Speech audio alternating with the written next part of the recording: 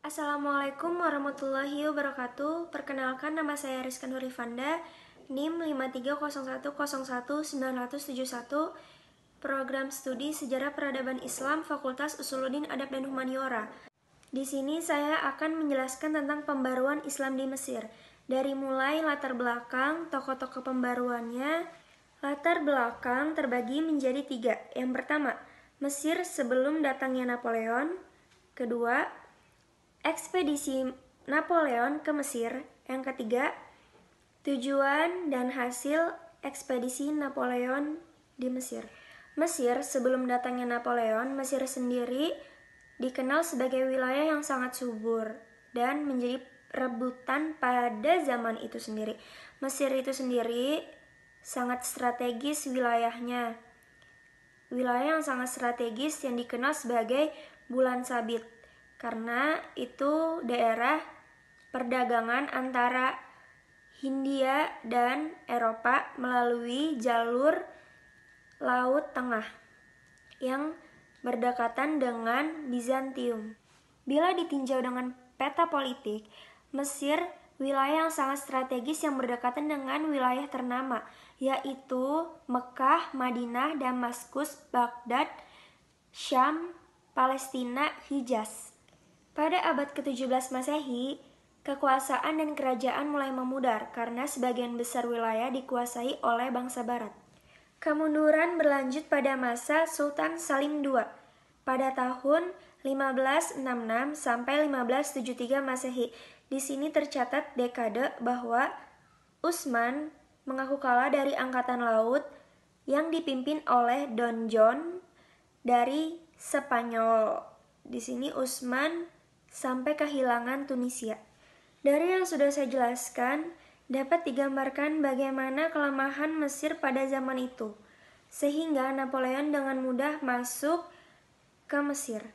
Ekspedisi Napoleon ke Mesir. Pada masa itu, Mesir dikuasai oleh Utsmani, dapat dikuasai Napoleon dengan alasan ekspedisi. Niat Napoleon datang ke Mesir itu sudah terbaca oleh pemikir-pemikir yang ada di bangsa Mesir, dan mereka melakukan pendekatan sehingga Napoleon diterima dengan baik oleh bangsa Mesir. Karena kenapa? Ini tuh sebagai titik awal perkembangan pemikiran bangsa Mesir yang sudah dilupakan dan akan dikembangkan lagi. Ekspansi Eropa pada abad ke-17 merupakan suatu bentuk baru yang dimulai dengan perundingan Eropa dengan pemerintahan Utsmani berguna untuk aliansi menghadapi Inggris. Kecerdikan politik seperti ini berjalan dengan baik. Aliansi seperti ini akhirnya berubah menjadi suatu fakta perdagangan yang memberikan hak-hak istimewa kepada bangsa Eropa, terutama bangsa Perancis, untuk berniaga di kekuasaan Utsmani. Orang-orang Perancis dilindungi keselamatan jiwanya, hartanya, dan kebebasan beragama. Penguasaan terhadap Mesir merupakan usaha Napoleon untuk memutuskan komunikasi terhadap Inggris di barat dan India di timur. Di samping itu, Perancis juga perlu memasarkan industri mereka. Penetrasi Perancis ini berkembang dengan sangat cepat. Di sini Napoleon bukan cuma membawa tentara, tapi Napoleon juga membawa 500 rombongan dari orang sipil dan 500 wanita. Di antara mereka, 16 itu mempunyai ilmu pengetahuan yang sangat mumpuni. Di samping kemajuan materi ini, Napoleon juga membawa ide-ide baru yang dapat merubah pola pikir orang-orang Mesir pada saat itu. Di antaranya, yang pertama, sistem pemerintahan republik, yang kedua, persamaan, yang ketiga, kebangsaan. Menjelang abad ke-18 muncul tanda-tanda kebangkitan kebudayaan Mesir, yaitu muncul dari dalam negeri itu sendiri secara faktor internal. Ada 5 tokoh pembaruan Islam di Mesir. Yang pertama, Muhammad Ali Pasha. Yang kedua, Al-Tahtawi. Yang ketiga, Jamaluddin Al-Afghani. Yang keempat, Muhammad Abduh. Yang kelima, Muhammad Rashid Ridla. Muhammad Ali Pasha lahir pada tanggal 4 Maret 1769 di Kavala, Albania dekat pantai Macedonia. Muhammad Ali Pasha muncul di Mesir pada tahun 1799. Salah satu di antara 300 orang pasukan yang dikirim oleh Albania atas perintah Sultan Utsmani untuk mengusir Prancis. Setelah berhasil mengusir Napoleon dari Mesir, ia diangkat menjadi jenderal pada tahun 1801 oleh Sultan Utsmani.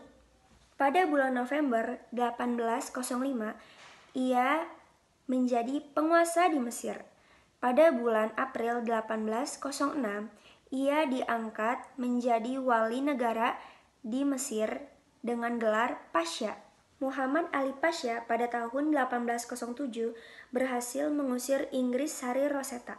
Muhammad Ali Pasha menyimpan seorang perwira tertinggi Prancis untuk melatih tentara Mesir. Untuk itu, Muhammad Ali Pasha mendirikan sekolah kemiliteran pada tahun 1815 dan Muhammad Ali Pasha memudahkan pelajar Mesir untuk belajar kemiliteran di Prancis. Dari Muhammad Ali Pasha menyimpan perwira tertinggi Prancis sampai memudahkan pelajar Mesir untuk belajar kemiliteran di Prancis itu merupakan bidang kemiliteran. Bidang pendidikan, Muhammad Ali Pasha itu mendirikan sekolah kemiliteran pada tahun 1815 Masehi dan sekolah teknik pada tahun 1816 Masehi dan sekolah pertambangan pada tahun 1834 Masehi dan sekolah penerjemah pada tahun 1836 Masehi. Dan Muhammad Ali Pasha memudahkan pelajar Mesir untuk belajar sains dan teknologi di Prancis. Bidang ekonomi pada masa Muhammad Ali Pasha itu yang pertama, mengambil alih kepemilikan tanah oleh negara dan hasilnya untuk kepentingan pembangunan negara. Dan Muhammad Ali Pasha itu membuat sistem irigasi, fungsinya untuk menjadikan hasil pertanian menjadi lebih baik lagi. Al-Tahtawi merupakan bagian dari program perbaikan ekonomi militer pada tahun 1826 yang dicangkan oleh Muhammad Ali Pasha. Jamaluddin Al-Afghani. Jamaluddin Al-Afghani pergi ke Paris. Dia mendirikan organisasi yang bernama Al-Urwatul Wuthqa. Ia ditunjuk menjadi pemimpin imam delegasi pelajar tentara Mesir yang dikirim ke Paris, Prancis. Ada beberapa ide atau pemikiran Al-Tahtawi, yaitu pendidikan harus bersifat universal dan umat Islam harus dinamis dan meningkatkan sifat statis. Wanita dan laki-laki itu harus memiliki derajat yang sama. Dan umat Islam bukan hanya mementingkan soal akhirat tetapi juga mementingkan soal dunia. Muhammad Abduh. Akibat ketidaksenangan kepada penguasa, akhirnya Muhammad Abduh dan Jamaluddin Al-Afghani diusir ke Paris. Tujuan Al-Afghani mendirikan organisasi ini untuk mendorong dan membela umat Islam dalam melakukan kemajuan dan memperkuat tali persaudaraan antar umat Islam. Di Paris, mereka mendirikan majalah Al-Urwatul Wuthqa yang beranggotakan muslim militan, yaitu dari India, Syria, Afrika Utara, dan Mesir. Beberapa pemikiran atau ide-ide Jamaluddin Al-Afghani. Yang pertama, kepala negara harus tunduk terhadap undang-undang dan tidak ada pemisah antara agama dan politik. Islamisme harus dikembangkan karena untuk mencapai kesolidaritasan antar umat muslim.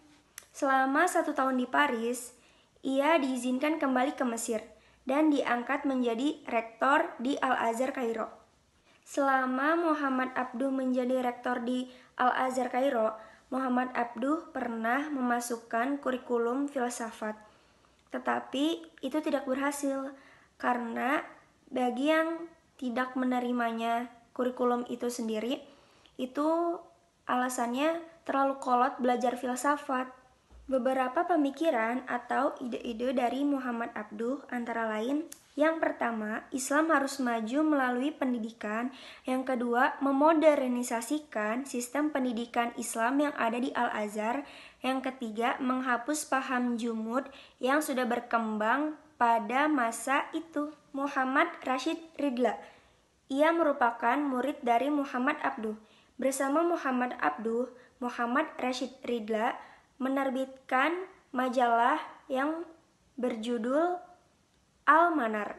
Tujuannya sama dengan Al-Urwatul Wuthqa. Tujuannya untuk mengembangkan pembaruan agama, sosial, ekonomi, dan memberantas kufarot serta bid'ah, menghilangkan faham-faham fatalisme serta faham-faham yang dibawa tarekat.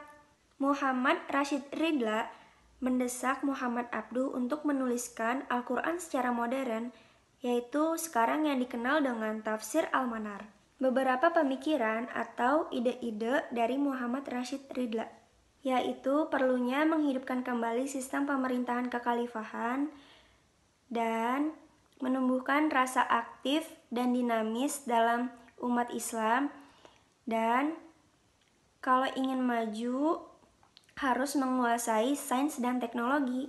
Kesimpulannya, kebangkitan dan gerakan pemikiran modernisasi Islam dilatar belakangi oleh kesadaran akan adanya intervensi penindasan terhadap bangsa Mesir yang dilakukan oleh pihak Eropa yang dipimpin oleh Napoleon Bonaparte.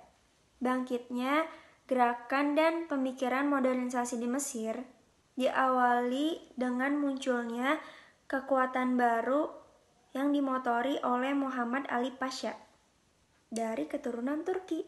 Dalam dekade selanjutnya, gerakan dan pemikiran modernisasi Islam di Mesir menampakkan perkembangan yang pesat dengan munculnya gagasan dan gerakan yang berbeda dengan sebelumnya dalam berbagai bidang.